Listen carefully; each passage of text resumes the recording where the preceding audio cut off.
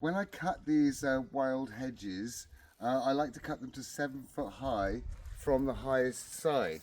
You see this one is much higher on this side, and this hedge acts like a watershed, so all the rain this side falls into this pond here, and all the rain that falls this side goes down here and into another pond.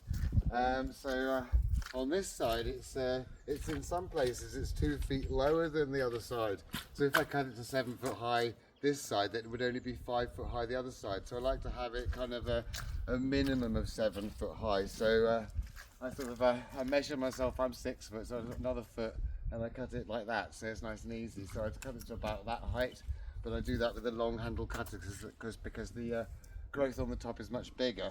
But before I do that, I just go around the sides from the bank upwards and just trim off with the shears any little bits that just hanging over, and then I start at the bottom, work my way up, and then when I get to 7 feet high I stop and just carry on like that, and then when I've done all that, then I go up the ladder with ease, which is what I'll do next.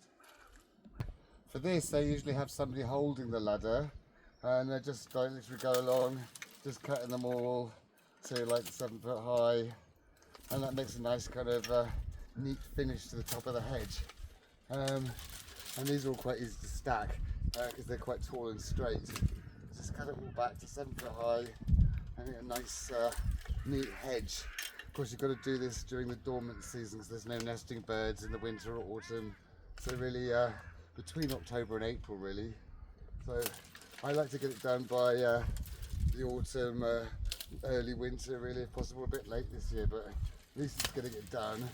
But a lot of snowdrops are coming up in the hedge, and the hazels are got catkins on, so I'm sort of pleased to get it done. They can look really untidy if they're not done. And it doesn't take as long as you think. And sometimes they use these petrol things, but it's just as easy to do it by hand really. So yeah, let's get the hedges done before they start budding.